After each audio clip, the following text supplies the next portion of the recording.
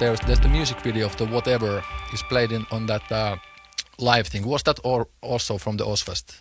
No, that was filmed. Oh no, digging way back in the memory bank. Okay, so it's a like a day festival in not Boston, but near where they all grew up, by this local radio station, WAAF, and that's where the band sort of got the first real big push at that time. And oh, see, my wife's gonna kill me because her band was from New York and they played that show. Oh my gosh.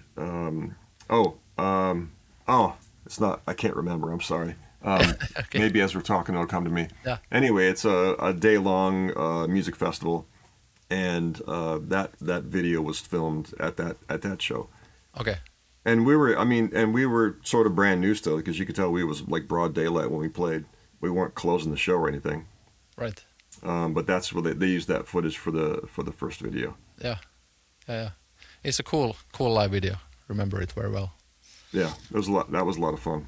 Yeah, indeed. So then, after the tour with Sabbath as well, which ended or I don't know, did that end in the end of '99? Your show was then here in Finland, but then the Wake came in 2000. Was it also recorded in 2000? I think so. Yeah, that sounds right. Okay. So I think we would have toured for a good year or so after the first record, and that was in October of '98, and we started right away. So that sounds right. Early mid 2000, something like that. Right. Where was that recorded? Was it analog recording still? Yes. Do we even have digital recording back then? I would think maybe in 2000, maybe not that many, but I don't know. Maybe it was coming already. I'm not sure actually. Yeah, if I remember correctly, I believe it was analog. Right. Was there at least there are some tempo changes in the Awake song? So were you using click, though you were doing it analog? No. Okay. No, there was no click. Okay. No, that song in particular kind of moved quite a bit. Yeah, it did. I think, yeah. But I was thinking, was there some because I've been now playing the drum cover thing, learning it, and I also saw that there is this movement, but I wasn't really checking that is it really standing in a constant beat or a tempo. But I would for sure saw that in different parts there were these tempo changes. But right. I wasn't just aware that was it played one click or just naturally kind of shifting. Yeah, no, just the band playing together, no click. Right. Yeah. Did you also record it this old school way that there was also bass recorded at the same time? How was that? Yeah, like rhythm tracks first. Yeah. Get a drum track down. See if the bass track sticks at the same time, and then just sort of layer it on top of there. Yeah. What do you remember of those recordings particularly? Does something come to your mind? How was the process and the setting there? Not much. I know it was in a little warehouse in Haverhill, Massachusetts. Okay. And it went pretty quick. Yeah, you're going back over 25 years ago. Yeah. But it was pretty quick, and yeah, that's it. Right.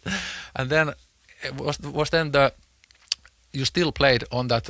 I guess it was a standout, a separately recorded single of the "I Stand Alone" song.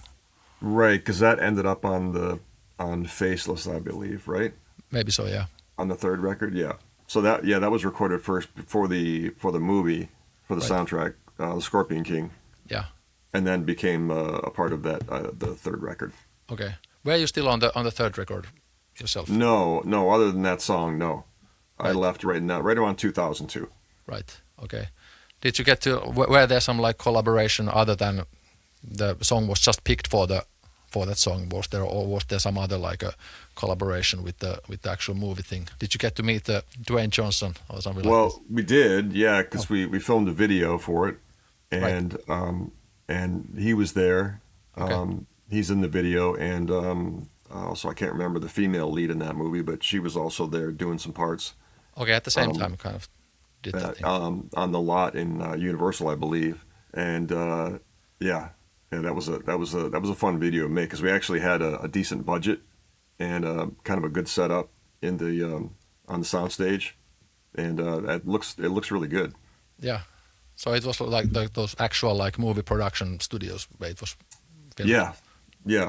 And in the beginning of it, if you remember, there's the four of us are on motorcycles, Yeah.